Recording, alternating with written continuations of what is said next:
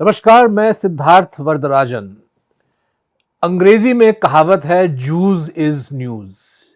एक जमाना था वेस्ट में जब वहां के अखबार यहूदियों के खिलाफ नफरत पैदा करते थे और एक ना एक बहाना ढूंढ ढूंढ के यहूदियों के बारे में उल्टे सीधे खबर, जो एंटीसेमिटिक खबरें थीं, जो एंटीसेमिटिक यहूदियों के खिलाफ एक विचार और एक घृणा पैदा करने की कोशिश थी, उसको ये अखबार वगैरह आगे बढ़ाते थे। मुझे लगता है कि ठीक उसी तरह आज हिंदुस्तान में, ख़ास तौर पे नरेंद्र मोदी के अमृत काल में, मुसलमानों को मीडिया उसी नज़र से देखता है और किसी न किसी तरीके से मुस्लिम समुदाय, इस्लाम, मुसलमानों से जुड़े हुए तमाम इश्यूज़ को सुर्खियों में रखने की कोशिश भारतीय जनता पार्टी, उनकी सरकार, नरेंद्र मोदी स्वयं और यहाँ की मीडिया कर रही है। नरेंद्र मोदी एक यूनाइटेड स्टेट्स के ट्रिप में गए और लौटते ही उनका पहला भाषण मध्य प्रदेश में मुस्लिम्स के बारे में था। वैसे दो तीन और इश्यूज उन्होंने उठाए, लेकिन उनका जो मेन फोकस था और मेन जो मुद्दा उन्होंने उठाया कि हिंदुस्तान में अब वक्त आ गया है यूनिफॉर्म सिविल कोड को लागू करने का। अब यूनिफॉर्म सिविल कोड का मतलब कि सारे जो हिंदुस्तान के जो लोग हैं, उनकी जो पर्सनल लॉ है, उनके जो पर्सनल सिविल कोड है, ये एक सामान्य कोड हो और वैसे तो हर किसी पे ये लागू होगा। अगर मुसलमान पे असर डालेगा तो हिंदू पे भी, आदिवासी पे भी, क्रिश्चियन पे भी। लेकिन जिस तरह से नरेंद्र मोदी ने सवाल उठाया और वहाँ पे जो फेवरेट बीजेपी की जो लैंग्वेज है, तुष्टीकरण और ये सब, उन तमाम चीज़ों का प्रयोग करते हुए उन्होंने ये दर्शकों को बताने की कोशिश की कि ये दोबारा जो है मुसलमानों को डिसिप्लिन करने का वक्त आ गया है और यूनिफॉर्म सिविल कोड जो है ये एक तरीका है जिसको हम अपनाने वाले हैं। आज हम बैठे हुए हैं प्रोफेसर अपूर्वानंद के साथ, पहले की तरह जो अलग अलग मुद्दों पे हम लोग चर्चा करते हैं, और यूसीसी पे ख़ास तौर पे आपसे मैं बात करना चाहूँगा अपूर्व जी कि प्रधानमंत्री, वैसे बीजेपी का ये मुद्दा रहा है और शायद 50-60 साल से वो इस चीज़ को उठा रहे हैं। बीजेपी के मोदी की सरकार 9 साल हो गए ख़त्म। अचानक आपको, आपके ख्याल में अर्जेंसी क्या हो गई उनको कि भाई इस इशू को अब इस तरीके से उठाया जा रहा है? ये सब कुछ इतना पारदर्शी है कि इस पर अलग से कुछ कहने की ज़रूरत नहीं कि नरेंद्र मोदी अमेरिका की यात्रा से लौटते हैं और जो पहला अपना सार्वजनिक व्याख्यान देते हैं, उस भाषण देते हैं, उसमें वे यूनिफॉर्म सिविल कोड की बात उठाते हैं कि अब से यूनिफॉर्म क्या, एक परिवार में 2 कानून चल सकते हैं, इतनी सरल भाषा में। और ये किसी को भी लगता है कि नहीं, ये तो बहुत ही सही बात है, भारत एक परिवार है और उस परिवार में एक ही तरह से सबको रहना चाहिए। और फिर वे उसमें पसमानदा मुसलमानों की भी बात करते हैं। फिर वे कहते हैं कि वे मुसलमान बहनों के भाई हैं, उन्होंने मुसलमान बहनों को मुक्ति दिलाई है, आदि आदि, और पसमानदा मुसलमानों का शोषण किया जाता रहा है और अब वे उनको न्याय दिलाना चाहते हैं। तो ये सारी चीज़ें बहुत पारदर्शी हैं और हर व्याख्याकार ने कहा कि यह इसलिए किया जा रहा है, जो भारतीय जनता पार्टी के पक्षधर व्याख्याकार हैं और जो उनके विरोधी हैं, आलोचक हैं, वे ये कह रहे हैं कि यह दरअसल इसलिए किया जा रहा है कि 2024 नज़दीक आ गया है, अगला लोकसभा चुनाव नज़दीक आ गया है और भारतीय जनता पार्टी को अपने मतदाताओं को गोलबंद करने के लिए एक उत्तेजनापूर्ण बिंदु चाहिए, जिससे ये लगे फिर उसके मतदाताओं को कि एक बड़ा सिविलाइजेशनल टास्क अभी पूरा किया जाना बाकी है। राम मंदिर बन जाएगा, बाकी चीज़ें हो गई हैं, हो रही हैं, कश्मीर को पूरी तरह से मिला लिया गया है, जैसा कि ये लोग बार बार कह रहे हैं कि कश्मीर का भारत में विलय पूरा नहीं हुआ था और हमने कर दिया। और अब एक चीज़ बची हुई है जो भारतीय जनता पार्टी या जनसंघ, अगर आप शुरू का देखेंगे, या राष्ट्रीय स्वयंसेवक संघ, तो उसके 3 बड़े घोषित लक्ष्यों में से एक था। तो अब यह एक बड़ा सिविलाइजेशनल टास्क हम करने वाले हैं, जिसमें एक भारत एक जन या वन नेशन वन पीपल बनाने की दिशा में ये कदम है। और उसका जो दूसरा हिस्सा है वो ये कि यह मुसलमानों को अनुशासित करने का एक तरीका है। तो इसलिए यह अब बात सामने लाई गई है।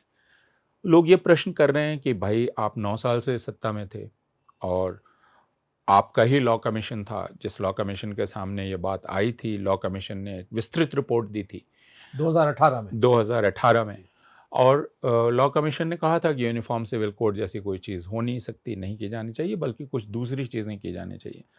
लेकिन लॉ कमीशन की उस रिपोर्ट पर इस सरकार ने कोई सार्वजनिक चर्चा करना ज़रूरी नहीं समझा, यहाँ तक कि उस पर संसद में चर्चा कराना भी ज़रूरी नहीं समझा।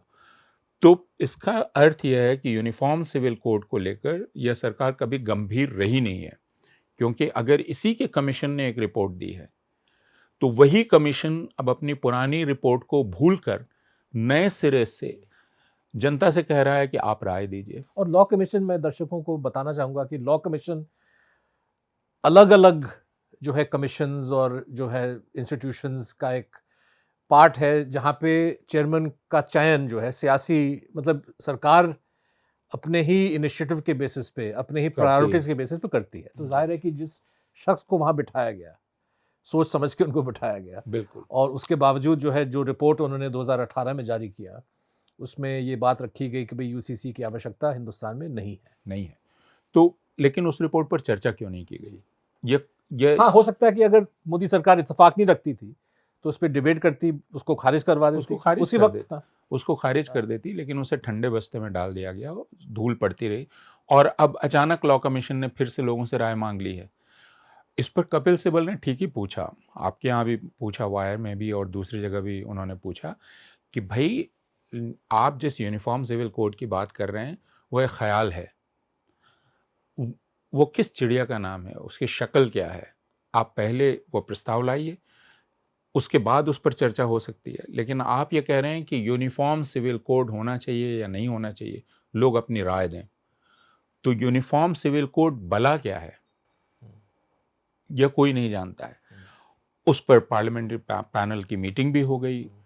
सुशील मोदी ने एक बयान भी दे दिया, जो उसके मुखिया हैं, उन्होंने बयान दे दिया कि विचार किया जा रहा है कि आदिवासियों को इससे अलग रखा जाएगा। और फिर नागालैंड के मुख्यमंत्री ने भी बयान दे दिया कि उनको आश्वासन दिया गया है कि जो उत्तर पूर्व के आदिवासी हैं और बाकी आदिवासी हैं उनको अलग रखा जाएगा।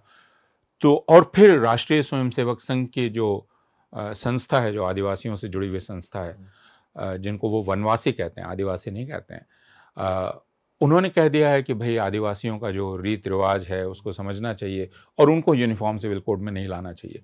तो अगर आदिवासी नहीं आएंगे उसमें, उत्तर पूर्व के लोग नहीं आएंगे, बाकी लोग नहीं आएंगे, गोवा का भी जिक्र हो रहा है, गोवा का भी जिक्र हो रहा है कि उसको भी अलग कर दिया जाएगा, तो फिर बचा कौन? एक परिवार एक कानून जो है उसमें रहा क्या? फिर उसमें रहा क्या? तो बहुत स्पष्ट है कि उसके बाद सिर्फ मुसलमान बचे। और आप कह रहे हैं कि तब हम तो इससे ये स्पष्ट हो जाता है कि मंशा क्या है। ये कोई भारत के सारे नागरिकों को एक नागरिक संहिता में लाने की कोशिश नहीं है, बल्कि सिर्फ हिंदुओं में एक उत्तेजना पैदा करने की कोशिश है कि यह जो एक समुदाय है मुसलमान, जो अपने तरीके से जीता रहा है, इसको अब हम अपने तरीके से जीने को अपूर्व, मैं अब एक कदम जो है पीछे हट के मैं एक दो और इश्यूज उठाना चाहूँगा जो इस डिबेट में शामिल होने चाहिए, लेकिन आमतौर पे जो बड़े चैनल्स हैं उसमें इसके बारे में चर्चा नहीं करते। सबसे पहले कि जो यूनिफॉर्म सिविल कोड है, बताया जाता है कि भाई ये तो एक संवैधानिक जो है डायरेक्टिव प्रिंसिपल है, मतलब संविधान में आर्टिकल 44 में लिखा गया कि भाई स्टेट शुड, मतलब भारतीय जो है गणराज्य का प्रयत्न होना चाहिए कि ऐसा जो है कानून लागू किया जाए हिंदुस्तान में। लेकिन डायरेक्टिव प्रिंसिपल्स बहुत सारे हैं, बहुत सारे संविधान में। हम लोगों ने वायर में बद्री रैना जी का लेख छापा, जहाँ पे उन्होंने याद दिलाया आर्टिकल 39 का, जहाँ पे लिखा है कि भाई गणराज्य का या इंडियन स्टेट शुड एंडेवर, मतलब कोशिश उनकी रहनी चाहिए कि इकोनॉमिक जो है अपॉर्चुनिटी सबको बराबर मिलना चाहिए, यानी एक तरह से राइट टू वर्क सबको होना चाहिए। मतलब राइट टू वर्क तो एक उसका एक एक्सप्रेशन है, लेकिन जो मतलब कि बहुत सारी चीज़ें कनेक्टेड हैं इकोनॉमिक अपॉर्चुनिटी से, और उसके अलावा जो इनइक्वालिटी ऑफ वेल्थ कि कुछ चंद लोगों के पास इतना सारा धन और जो है जो अक्सरियत है हिंदुस्तान का वो गरीब से गरीब हालत में अपनी ज़िंदगी गुजार रहे हैं। इसके खिलाफ भी जो है संविधान में डायरेक्टिव प्रिंसिपल लिखा गया लिखा है। हुआ। उसके बारे में ना तो आप कोई डिबेट चाहते हैं, ना आप कोई कानून पारित करना चाहते हैं। लॉ कमीशन से कभी पूछा नहीं गया कि इन चीज़ों को लागू कैसे किया जाए। तो जिस तरह से डायरेक्टिव प्रिंसिपल्स को का चयन किया जा रहा है कि कुछ चीज़ों को उठा के पब्लिक के सामने रखा जा रहा है और बहुत सारी चीज़ों को नज़रअंदाज कर दिया जा रहा है, भुला दिया जा रहा है, ये अपने में एक पॉलिटिकल मैसेज भेजता है। दूसरा, मैं ये भी बात रखना चाहूँगा कि अक्सर जिस तरह से मोदी जी खुद इस इशू को पेश करते हैं, या बीजेपी के अलग अलग स्पोक्समैन हैं जो स्पोक्सपर्सन हैं जो पेश करते हैं, वो विमेंस एम्पावरमेंट और विमेंस इक्वालिटी की नज़र से इस इशू को रखते हैं कि भाई जो हमारी बहनें हैं, इनका इनका इनके इनके हक जो है सेफ गार्ड होने चाहिए, इनके अधिकार जो हैं पूरी तरह से सुरक्षित होनी चाहिए। और इशारा दिया जाता है कि भाई मुस्लिम पर्सनल लॉ में कुछ ऐसी चीज़ें हैं जो औरतों के ख़िलाफ़ या औरतों के अधिकार को ठीक तरह से स्वीकार नहीं करते। लेकिन अगर हम देखें हिंदुस्तान के तकरीबन हर धर्म में, और अगर हम मुस्लिम सोसाइटी की बात करें तो Christian society, Sikh society, Hindu society, मतलब औरत जो है हर सोसाइटी में, हर समाज में एक इंफीरियर पोजीशन में रही है। और बहुत सारी ऐसी चीज़ें हैं इनहेरिटेंस में, या अगर हम विवाह की भी बात करें, इस सरकार ने सुप्रीम कोर्ट के फैसले के बाद, सुप्रीम कोर्ट का फैसला जिसने इंस्टेंट ट्रिपल तलाक को अवैध ठहराया, ये कहा कि भाई ये बोनाफाइड जो है डिवोर्स करने का तरीका नहीं है। उसको लीगल कि कोई तलाक बोल दे तो इसका मतलब ये नहीं कि तलाक हो गया है, राइट। लेकिन सरकार ने ये कदम आगे बढ़ के कहा कि नहीं, अगर कोई ऐसा तलाक बोलने की कोशिश करेगा तो 3 साल की जो है सज़ा जो है उसको मिल सकती है, क्रिमिनल केस हो जाएगा। कहने का मतलब कि हिंदुस्तान में अगर आप आंकड़े देखिए तो लाखों की तादाद में शौहर जो है अपनी बीवियों को अबैंडन करता है और कानूनी तरीके से डिवोर्स नहीं करता। एक प्रिस्क्राइब तरीका है, अगर आप हिंदू हैं, क्रिश्चियन हैं, या तो आप तलाक लेंगे, आप डिवोर्स करने का प्रोसीजर है। और तलाक जो है, ट्रिपल तलाक, नॉट द इंस्टेंट वन, जो एक लंबे वो भी एक तरीका है, ठीक है। तो आपने ट्रिपल तलाक को इलीगल करा दिया, लेकिन दूसरे समुदाय के लोग के मर्द जब अपने पत्नियों को अबैंडन करते हैं, जब मेंटेनेंस नहीं देते, तब जो है वो सिविल ऑफेंस रहता है। आपने उसको क्रिमिनलाइज नहीं किया। हाँ, इस पर कभी किसी ने विचार नहीं किया। लोगों ने ये सोचा, और उस वक्त थोड़ी दुर्भाग्य की बात ये थी कि कई तथाकथित प्रगतिशील लोगों ने भी कहा कि नहीं ये बहुत अच्छा कानून है, और कौन ला रहा है हमें इस पर ध्यान नहीं देना चाहिए, बल्कि ये औरतों के हक में है। लेकिन उसका सीधा निशाना मुसलमान मर्द थे, और मुसलमान मर्दों को आप क्रिमिनलाइज कर रहे थे। जैसा आपने ठीक ही कहा, और इसको समझना चाहिए कि तलाक कह के अगर मैं अपनी बीवी को छोड़ रहा हूँ तो दरअसल मैं प्रक्रिया का पालन नहीं कर रहा हूँ। यही सुप्रीम कोर्ट ने कहा। मुझे प्रक्रिया का पालन करना चाहिए, जिसमें वक्त भी लगता है, बाकी कमिटमेंट्स करने होते हैं। ऐसे आप छोड़ रहे हैं पत्नी को, असल चीज़ है छोड़ देना, बेसहारा और बेसहारा या कुछ। लेकिन बिना तलाक कहे तो हिंदू लाखों की संख्या में छोड़ रहे हैं, बाकी लोग छोड़ रहे हैं, तो उन पर कोई कानून नहीं है। यानी वे आपराधिक कृत्य कर रहे हैं कि नहीं, या सिर्फ मुसलमान मर्द ही आपराधिक कृत्य करते हैं? उनको 3 साल की सजा, और इधर सारे लोग ये कोई ऑफेंस, क्रिमिनल ऑफेंस ही नहीं है। तो अगर बिल्कुल मतलब अगर मोदी जी को इतनी चिंता है कि भाई एक शादीशुदा औरत को इस तरह से अबैंडन नहीं किया जाना चाहिए, तो न सिर्फ मुसलमान करते हैं, जैसे आपने कहा कि हर धर्म के लोग के आदमी करते हैं, तो आप एक यूसीसी, अगर आपको मतलब यूसीसी में वक्त लगेगा, कल आप एक कानून पारित कर दीजिए कि कोई भी शौहर अगर अपनी बीवी को इलीगल तरीके से अबैंडन करता है तो बिना प्रक्रिया के, मतलब विदाउट प्रॉपर प्रोसेस, जी, तो ये क्रिमिनल ऑफेंस हो जाएगा। आप में है हिम्मत ऐसा कानून पास करने में? इसलिए वो मंशा बहुत साफ थी ट्रिपल तलाक की, और उसको बार बार नरेंद्र मोदी भी सामने लाते हैं। इस बार भी जो उन्होंने भाषण दिया उसमें इस बात का जिक्र किया और कहा कि मुसलमान बहनें उनको अपना भाई मानती हैं। तो अब खुद को वो पेश कर रहे हैं जैसे वो मुसलमान औरतों को मुसलमान मर्दों के जुल्म से बचाने की कोशिश कर रहे हैं, और यूनिफॉर्म सिविल कोड को भी हिंदुओं के सामने ऐसे ही पेश किया जा रहा है कि ये दरअसल मुसलमान औरतों को की मुक्ति का एक तरीका निकाला जा रहा है या मुसलमानों को डिसिप्लिन करने का। तो और यह बात भारतीय जनता पार्टी बहुत अच्छी तरह से जानती है कि वह ना तो आदिवासियों, ना सिखों, ना बाकी समुदायों, जैसे सिखों ने भी इसका विरोध किया है। आपने खबरें पढ़ी होंगी जिसमें सिखों ने कहा है कि हमको कबूल नहीं है। आम आदमी पार्टी ने आगे बढ़ के इसका समर्थन कर दिया, लेकिन भगवंत मान ने कहा कि यह नहीं चलेगा, ये नहीं हो सकता है। तो इसकी राजनीति बहुत स्पष्ट है। जैसा आपने शुरू में कहा कि ज्यूज इज न्यूज़, तो हर वक्त आप उसे न्यूज़ बनाए रखें जिससे एक उत्तेजना बनी रहे हिंदुओं में।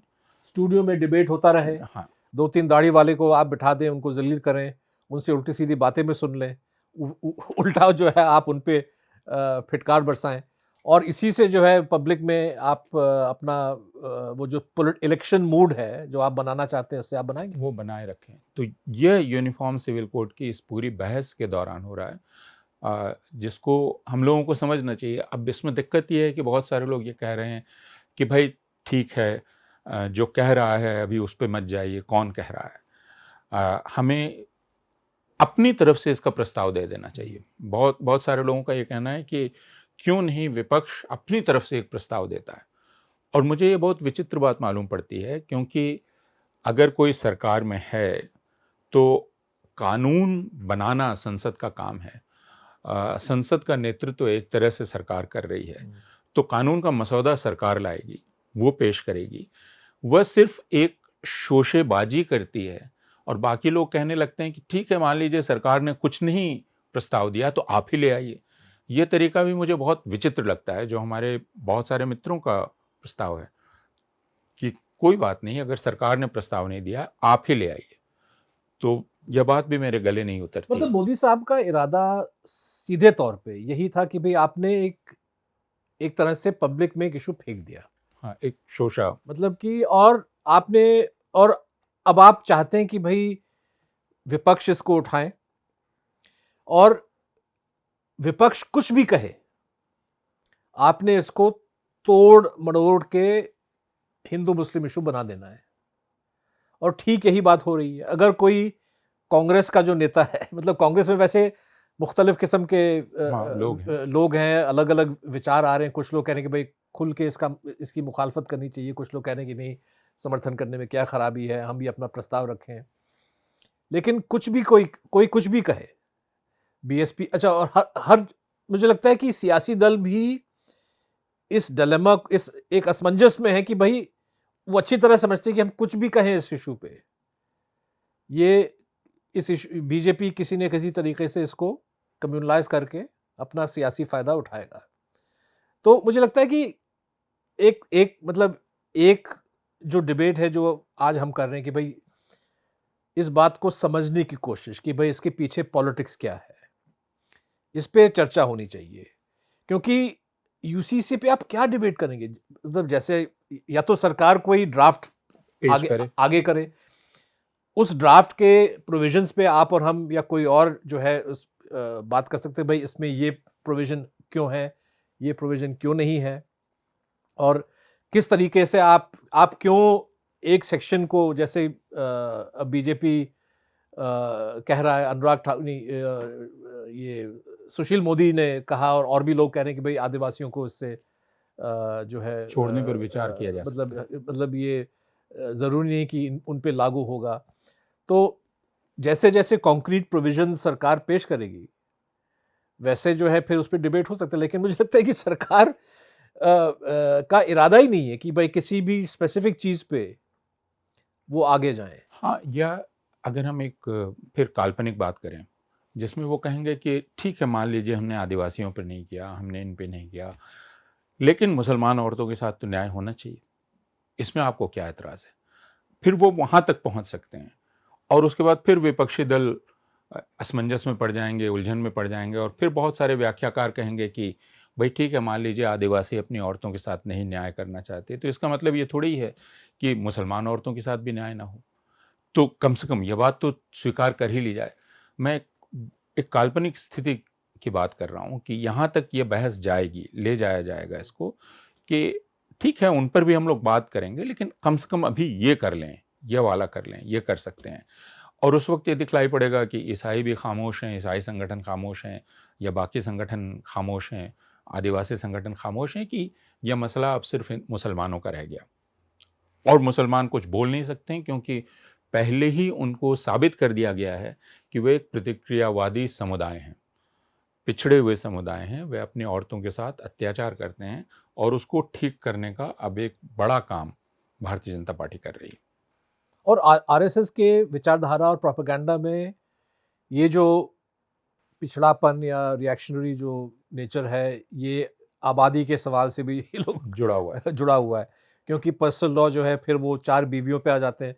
इनको इतनी अकल नहीं है कि एक आदमी अगर 4 बीवी से शादी करता है तो स्टैटिस्टिकली जो है उतने ही बच्चे या उससे कम मतलब कि फर्टिलिटी रेट तय करता है कि भाई कितने बच्चे पैदा होंगे। बिल्कुल। लेकिन वो लोगों के दिमाग में एक वही जो गणित है ना कि जो नरेंद्र मोदी ने 2002 में भाषण देते हुए कहा था कि हम 5 हमारे 25 नहीं होने दूंगा, तो ये लोग सोच नहीं पाते हैं जो आप कह रहे हैं कि ये संभव नहीं है, व्यावहारिक रूप से संभव नहीं है। लोग सोचते हैं हम 5 हमारे 25, मुसलमान 25-25 बच्चे पैदा कर रहे हैं, 4-4 शादियां कर रहे हैं। ये पूरे भारत में पॉलीगैमी के जो स्टैटिस्टिक्स है उससे साबित हो चुका है कि ये सही नहीं है। फर्टिलिटी रेट और बाकी चीज़ों से साबित हो चुका है कि मुसलमान अब ज़्यादा बच्चे पैदा नहीं कर रहे हैं। लेकिन यह प्रचार बना हुआ है ज्यों का त्यों, क्योंकि हम इस पर विश्वास करना चाहते हैं। हम चाहते हैं कि हम विश्वास करें और जो हमारे आँख के आगे हो रहा है उस पर हम विचार नहीं करते। जैसे यह गलतफहमी हिंदुओं को है कि हिंदू तो पहले ही प्रगतिशील हैं, है ना? जबकि बाल विवाह या पॉलीगैमी भी हिंदुओं में ज़्यादा है। बिल्कुल। और डाउरी, दहेज बिल्कुल। दहेज की स्थिति ये है कि अब अगर कोई यूपीएससी में compete करता है तो मुझे यह पता चला कि 25 से 30 करोड़ रुपए में उसकी बोली लगती है और शादियां इस तरह से होती हैं। तो दहेज अब एक खुला रहस्य है, यानी कोई उसकी चर्चा नहीं करता, लेकिन दहेज दिया जाता है और लिया जाता है और हिंदू इसको बुराई नहीं मानते। तो अब वो कहते हैं कि नहीं, हमारे अंदर कोई बुराई नहीं रह गई है, जो सामाजिक कुरीति रह गई है वो मुसलमानों में रह गई है और हम उनको ठीक करेंगे। यह एक ऐसी कुंठा है जिस पर हम लोगों को विचार करने की ज़रूरत है। इस कुंठा का फ़ायदा भारतीय जनता पार्टी उठा रही है और नरेंद्र मोदी उठा रहे हैं, इसको लगातार गहरा करते हुए और इसके बहाने हिंदुओं को उत्तेजित करते हुए कि उनकी तरफ से वे सुधारक हैं मुसलमानों के। तो वे उत्पीड़क नहीं है, वे सुधारक हैं। एक तरह से ये कहा जाए पूर्वानंद जी की नरेंद्र मोदी का जो लेटेस्ट ये जो मूव है कहीं ना कहीं भारतीय जनता पार्टी की कमजोरी को एक्सपोज कर रहा है कि भाई चुनाव जो है 1 साल से कम अब रह गया है और आप में वो कॉन्फिडेंस नहीं है कि आप अपने सो कॉल्ड विकास के आधार पे रिपोर्ट कार्ड लेकर आप जाएं, मतलब जो रिपोर्ट कार्ड आप जनता के सामने लेके जाएंगे, आपको उतनी जो है आप कन्विंस नहीं है कि उस बेसिस पे लोग आपको वोट देंगे। तो किसी न किसी तरीके से लोगों को गुमराह किया जाए, डिवीजन डाला जाए। मुझे लगता है कि ये यूसीसी का इशू इस तरह से मोदी के जरिए उठवाना। हाँ, उसमें दो चीज़ें जो मुझे बहुत दिलचस्प लगी कि कर्नाटक में इनकी सरकार रही और उसके बाद चुनाव प्रचार हुआ। उस चुनाव प्रचार में भी भारतीय जनता पार्टी के नेता और प्रधानमंत्री ये कह रहे थे कि भ्रष्टाचार हम ख़त्म करेंगे। तो 5 साल तो सरकार आप ही की थी, वही भ्रष्टाचार कर रही थी और आप आके कह रहे हैं कि भ्रष्टाचार खत्म करने के लिए हमें लाओ। मध्य प्रदेश में भी फिर वो यही कह रहे हैं कि हम भ्रष्टाचार खत्म करेंगे। मध्य प्रदेश में आपकी सरकार है, मध्य प्रदेश में भ्रष्टाचार लगातार हो रहा है, सब लोगों को पता है, और वहाँ आकर फिर ये कह रहे हैं कि भ्रष्टाचार हम खत्म करेंगे। और उसके साथ यह एक, जैसे हम कह सकते हैं कि तड़का लगाया जा रहा है, यह तड़का जो यूसीसी का तड़का है। तो भ्रष्टाचार अभी भी इनका मुद्दा बना हुआ है, जबकि सरकार 9 साल से इनकी है, राज्यों में 5-5 साल से इनकी सरकार और है। महाराष्ट्र में जिनके खिलाफ आपके आरोप थे उन कि सबको ये भ्रष्ट लोग हैं, उन सबको आपने शामिल कर दिया। लिया। तो जैसा मैंने शुरू में कहा कि यह सब कुछ बहुत ही ट्रांसपेरेंट, बहुत ही पारदर्शी है, और आवश्यक यह है कि भारतीय जनता पार्टी के मतदाता भी इसको देखें और समझें कि वे खुद अपने हित के विरुद्ध जा रहे हैं, क्योंकि गवर्नेंस आखिर उनके रोज़ाना के मुद्दों से जुड़ी हुई है। शिक्षा पर बजट का कितना खर्च हो रहा है, स्वास्थ्य पर कितना खर्च हो रहा है, जिससे उनकी जीवन की गुणवत्ता प्रभावित होगी, उस पर ध्यान न देकर अब उन्होंने अपने आप को एक बड़ी भूमिका में ला दिया है कि वे दरअसल एक महान सभ्यता का निर्माण करने जा रहे हैं और मुसलमानों को ठीक करने जा रहे हैं और एक भारत बनाने जा रहे हैं। तो इस भ्रम में रखकर फिर से वे एक ऐसी सरकार को चुनेंगे जो सरकार उनके जीवन को और भी कठिन और मुश्किल बनाएगी। उनके सामने उदाहरण है मणिपुर का कि मणिपुर की क्या स्थिति हो गई है और केंद्र सरकार खामोश है। आज भी मैं एक आर्मी वेटरन का इंटरव्यू देख रहा था, जिसमें उन्होंने बहुत स्पष्ट रूप से समझा कर कहा कि किस प्रकार मणिपुर में जो हिंसा हो रही है वह एक तरह से राज्य प्रायोजित हिंसा है, लेकिन हम इसको देखना नहीं चाहते। जी, और अब 2 महीने से ऊपर हो गए और नरेंद्र मोदी जी का कोई बयान तकरीबन 3 महीने होने जा रहे हैं। बिल्कुल जी। मैदान जंग चुनाव का तैयार किया जा रहा है। मोदी जी का ऐलान मध्य प्रदेश में यूसीसी के बारे में इसी तैयारी का एक हिस्सा है, और जिस तरह से हमने आज आपके सामने कुछ इश्यूज रखे, हम चाहते हैं कि आप इनके बारे में सोचें, इनके बारे में डिस्कस करें, डिबेट करें। नीचे जो है वीडियो पे आप अपने कमेंट्स डाल सकते हैं, डिस्कशन और डिबेट का हिस्सा बन सकते हैं। इसके साथ साथ हम चाहते हैं कि आप द वायर की आर्थिक मदद भी करें। वायर की मेंबरशिप जो है आप उससे आप जुड़ सकते हैं। तो आज हमारे प्रोग्राम के साथ जुड़ने के लिए बहुत बहुत शुक्रिया। देखते रहिए द वायर।